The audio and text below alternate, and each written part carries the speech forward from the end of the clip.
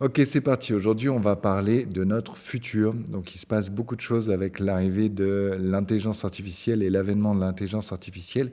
Il va y avoir un grand chamboulement dans nos métiers. C'est sûr que si on compare à la révolution industrielle, bah, d'un coup, tous les gens allaient devoir changer, allaient devoir apprendre à nouveau. Et on va voir que nous, en tant qu'humains, on peut se poser pas mal de questions sur notre avenir. Et une des questions que les gens se posent le plus, c'est quoi faire en tant qu'étudiant. Très souvent, à la fin de conférences que je donne sur l'intelligence artificielle, il y a des gens qui viennent me voir, qui me disent, bah voilà, moi j'ai un ado à la maison, qu'est-ce que je lui dis? Qu'est-ce que je lui dis? Qu'est-ce qu'il faut qu'il fasse comme genre d'études? Parce que c'est sûr qu'aujourd'hui, tout le monde se demande, est-ce qu'il faut plutôt que je me spécialise? Est-ce qu'il faut que je sois multispécialisé? Quelle est la bonne réponse? Donc moi, j'ai un premier conseil à vous donner, c'est déjà d'avoir peut-être une première expérience solide et puis derrière d'avoir une approche plus holistique. Donc par exemple, si votre objectif c'est d'être RH, eh ben ça c'est votre base RH, mais vous allez essayer de consolider autour. Donc l'objectif, vous allez le voir, ça va être d'être le plus souple possible parce que c'est possible que dans les 20 prochaines années, peu importe le métier que vous allez choisir, il va falloir pas mal switcher. Ceux qui vont gagner au temps de l'IA, c'est ceux qui seront capables de s'adapter rapidement. Donc surtout, ne faites pas de sentiments. Si vous sentez que le vent tourne et que ça commence à bouger, ne vous entêtez pas. Et le mieux, c'est de tout de suite changer parce que c'est ça qui vous permettra de gagner le plus efficacement dans cette période. Alors justement, on va essayer de voir quelles sont les choses sur lesquelles il va falloir travailler au mieux. Déjà, c'est les soft skills. Donc c'est quoi les soft skills? C'est justement ce qui nous rend humains. C'est notre capacité à être créatif, à avoir un esprit critique, à collaborer, notre culture générale.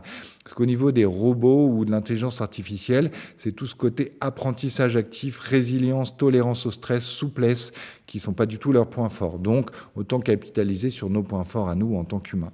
Et une chose est sûre, c'est que y a une vague qui arrive, une vague qui risque d'être un tsunami, qui risque de balayer beaucoup de choses sur son passage. Donc voilà comment se positionner stratégiquement face à cette vague. La première chose, c'est d'essayer de combiner votre jugement humain et les capacités de l'IA. Donc on va essayer de prendre le meilleur de nous et de vous en tant qu'humains et d'essayer avec ça de prendre le meilleur de l'IA. Donc ma recommandation, bien sûr, c'est d'aller le plus fort possible dès aujourd'hui dans la compréhension de comment fonctionne l'IA, de comment est-ce qu'elles peuvent vous aider pour pouvoir justement avoir le meilleur des deux mondes, parce que c'est eux qui vont gagner dans un premier temps. Ensuite, vous allez essayer, pourquoi pas, de cultiver des compétences à l'épreuve de l'IA. Ma fille, aujourd'hui, son objectif, c'est de devenir dentiste. Elle hésite aussi, pourquoi pas, à devenir entrepreneur.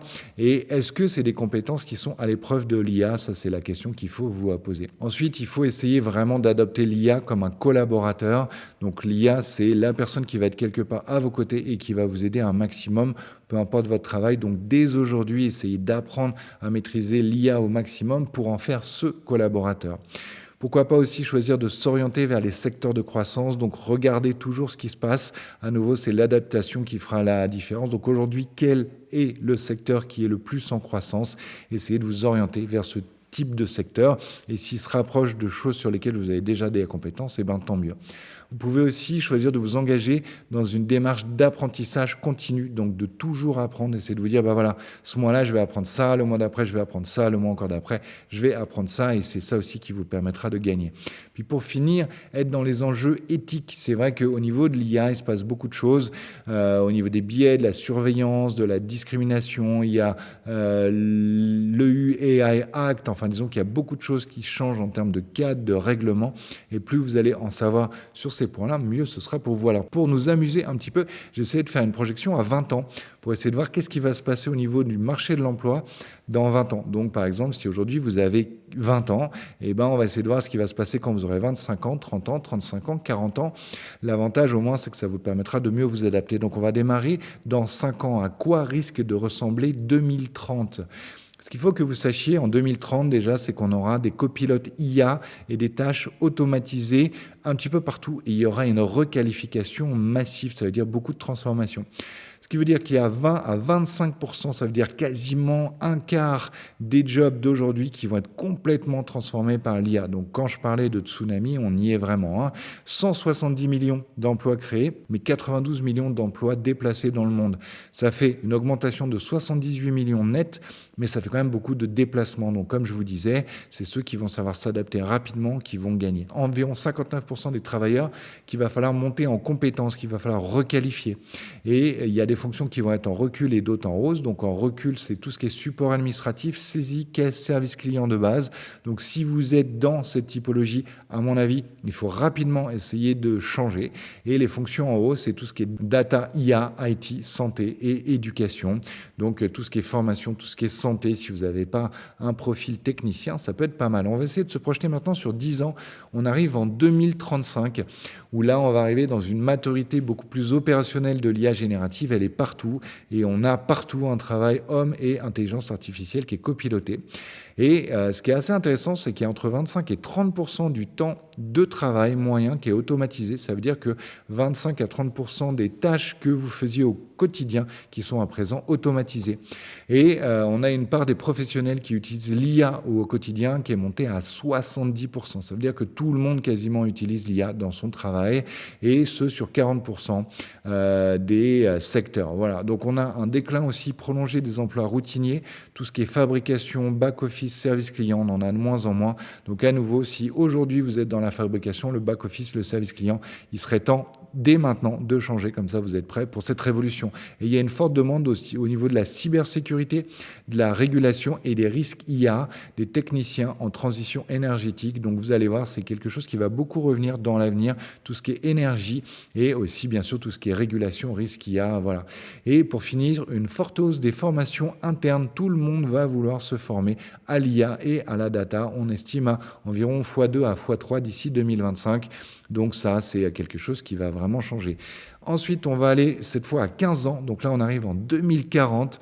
Donc là, on a l'effet plein de l'automatisation en Europe. C'est possible que ce soit un petit peu un âge d'or de l'humanité où quelque part, on va gagner beaucoup plus d'argent, on risque d'être beaucoup plus tranquille. Donc 2040, ça me paraît être une bonne année. Je sais pas, voilà, un petit peu comme pour le vin. Donc 34% des emplois qui sont exposés à l'automatisation, 34%. Donc vraiment tout le monde va être exposé à cette révolution. 12 millions de postes supprimés en 20 ans quand même. Surtout tout ce qui est administratif, tout ce qui est opérateur, conduite, enfin voilà, taxi, Uber, etc. Pas une bonne idée, surtout par les temps qui courent parce que de plus en plus on va avoir des voitures autonomes. Il y aura 9 millions d'emplois verts créés, donc tout ce qui est énergie, bâtiment, smart cities, c'est des choses que je vous recommande aussi. Il y aura 30 millions d'actifs en moins en Europe puisqu'on a une population qui est de plus en plus vieillissante et ça c'est assez génial si vous êtes jeune aujourd'hui, puisque vous allez être une valeur que tout le monde va vouloir s'arracher. Si on fait une comparaison entre 2050 et 2020, on a une vraie tension au niveau de la main-d'œuvre et on a des salaires en hausse dans la santé, les soins et la construction et au niveau des emplois hybrides. Donc c'est un domaine, par exemple les RH et puis l'IA, on a une augmentation de 50%. Donc si vous voulez être tranquille aujourd'hui, le mieux c'est vraiment de prendre votre métier et d'essayer de l'enrichir à l'IA, puisque vous voyez qu'en 2040, c'est vraiment ces gens-là qui vont gagner. C'est pour ça que c'est intéressant de se projeter sur l'avenir. Et on va finir sur 20 ans. Donc là, on va un petit peu plus loin. On est en 2045. On a une automatisation profonde. Quasiment tout est automatisé. Et donc, on a une vraie redéfinition du travail, des horaires. Certains disent qu'on pourrait choisir de travailler. J'adore ce mot. Non, moi, je travaille parce que j'en ai envie. Donc, 60 à 80% des tâches techniquement automatisables dans la plupart des métiers. Au niveau des semaines moyennes, on va travailler seulement 3 à 4 jours. Donc ça, c'est plutôt cool. Environ 25 à 30 heures. Voilà, et puis on est vraiment sur un travail qui est plutôt concentré sur la création, les relations, les décisions. Il y a 20 à 30% des actifs en requalification tous les 3-5 ans. Voilà, donc tous les 3-5 ans, il risque d'avoir du changement si vous n'êtes pas au bon endroit. Donc soyez vigilants, mais surtout apprenez à ne pas faire de sentiments et à rapidement changer. C'est ça qui fait que vous allez gagner. Il y a beaucoup d'expérimentations à grande échelle, comme par exemple le revenu de base. Ça veut dire que si vous choisissez de ne plus travailler en 2045, vous pourriez avoir un revenu de base qui pourrait être assez génial. Pourquoi pas? Moi, j'aime bien aller surfer. Et si en plus j'ai un revenu de base, je sais pas ce que vous en pensez. Mettez-le moi en commentaire. Ça peut être assez cool. Et donc, l'objectif, ce serait de partager les gains de productivité avec la Terre entière. On verra comment est-ce que ça va se passer. Pas gagné quand même pour que Elon Musk choisisse de nous partager tout son argent. Je ne sais pas ce que vous en pensez. Vous pouvez aussi me dire vos idées. Et puis, il y a des emplois qui sont résilients, comme par exemple au niveau de la santé, des soins, de l'éducation, des métiers verts, de la sécurité, de la création, de l'expérience. Voilà, donc tout ça, c'est des emplois qui sont en hausse. Donc, si vous ne savez pas quoi faire aujourd'hui, allez-y. Et justement, je vais vous donner des vraies opportunités concrètes pour les entrepreneurs et les salariés pour justement être les grands gagnants de cette énorme révolution IA. C'est quand même dingue d'être né à une époque où on va voir l'avènement d'une intelligence supérieure chez les humains. Franchement, vous auriez pu naître au Moyen-Âge. Moi, je trouve ça juste passionnant. On est né avec Terminator. Voilà, moi, j'ai eu Terminator petit en film. Peut-être que je vais le voir en vrai. Bon, j'espère qu'il sera quand même beaucoup plus sympa. Ou sinon, qu'il soit au moins comme dans le 2.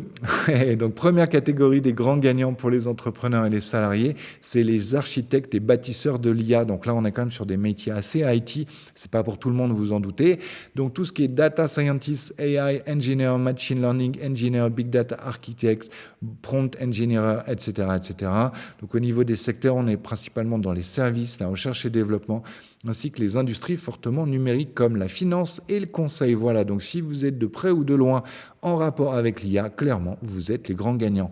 Deuxième opportunité pour les entrepreneurs et les salariés, c'est tous ceux qui sont transformateurs de métiers. Comme vous l'avez vu, l'IA va être partout. Il y aura des RH IA, il y aura des dentistes IA, etc., etc., puisque l'IA est le collaborateur.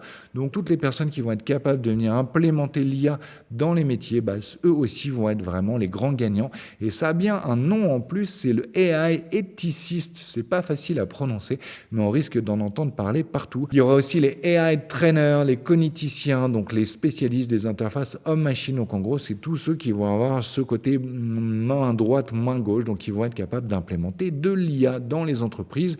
Donc les secteurs en forte hausse, c'est la santé, le droit, l'éducation, les services. La troisième opportunité, c'est les entrepreneurs de l'application. Donc, c'est tous ceux qui sont spécialisés consultants en intégration d'IA, développeurs de solutions SaaS. Donc là, on est dans des gens qui sont un petit peu plus techniciens. Au niveau des secteurs, c'est l'industrie, la logistique, le commerce de détail, la santé, l'automobile. Et on va finir avec la quatrième catégorie, les métiers du soin et de la relation humaine. Donc ça aussi, c'est les grands gagnants. Si vous êtes soignant ou si vous avez un rapport de près ou de loin avec les relations humaines, c'est plutôt une bonne idée. Et donc, les rôles principaux, c'est enseignant, psychologue, chirurgien, manager, responsable RH au niveau de la santé, de l'éducation, des services et des ressources humaines. Et j'ai trouvé assez intéressant de se faire une projection dans une journée type en 2047. Allez, je vous emmène en 2047 et je vous amène dans la peau de ma fille. Ma fille, aujourd'hui, elle a 14 ans. Et en 2047, elle aura 36 ans. Donc, on va essayer de s'amuser, à essayer d'imaginer à quoi pourrait ressembler une de ces journées. Donc, c'est vraiment pour s'amuser. Bien sûr, je ne garantis pas que ça va ressembler à ça, mais c'est quand même plutôt intéressant. On est parti. Qu'est-ce qui se passe à 7 heures ? Donc à 7 heures, elle se réveille doucement grâce à son assistant virtuel qui ajuste la lumière et la musique selon son rythme cardiaque, carrément. Le robot lui prépare un petit déjeuner équilibré, parfaitement adapté à ses besoins nutritionnels et à ses objectifs du jour. Donc le robot la connaît assez bien pour pouvoir adapter tout ça. À 8 heures, en prenant son repas, elle consulte un résumé d'actualité projeté en réalité augmentée. C'est déjà des choses qu'on voit aujourd'hui avec les premières lunettes en réalité augmentée d'ailleurs. Donc l'IA va filtrer l'information pour lui proposer des recommandations de santé et elle va afficher son agenda personnalisé pour organiser efficacement le reste de sa matinée.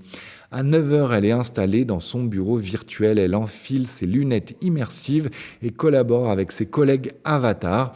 Et l'IA va générer rapidement des prototypes tandis qu'elle affine la direction artistique et l'expérience utilisateur. Et elle est libérée de ses tâches administratives. Donc ça, c'est quand même génial. Alors moi, je déteste faire de la compta, les factures, tout ça. Normalement, c'est fini. Bravo 2047. À 12h30, ses objectifs sont atteints. Elle déjeune d'un plat concocté par le robot cuisinier. Voilà, on a tous des robots cuisiniers.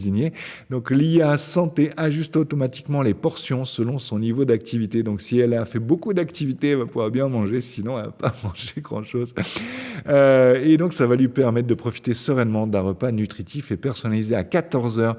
Elle suit un cours de sport interactif en réalité augmentée. Ensuite, il y a un robot taxi électrique autonome qui l'emmène se promener au parc où drones de livraison et fermes urbaines intégrées témoignent d'une ville durable et connectée. À 16 heures, elle retrouve son ami entrepreneur dans un café. La commande est automatisée, mais l'accueil reste humain. Elle discute des opportunités liées aux créations numériques et de la complémentarité entre imagination humaine et contenu généré par IA. À 18 heures, de retour chez elle, elle accueille sa fille après l'école. Elle révise ensemble la géographie grâce à un globe en réalité augmentée.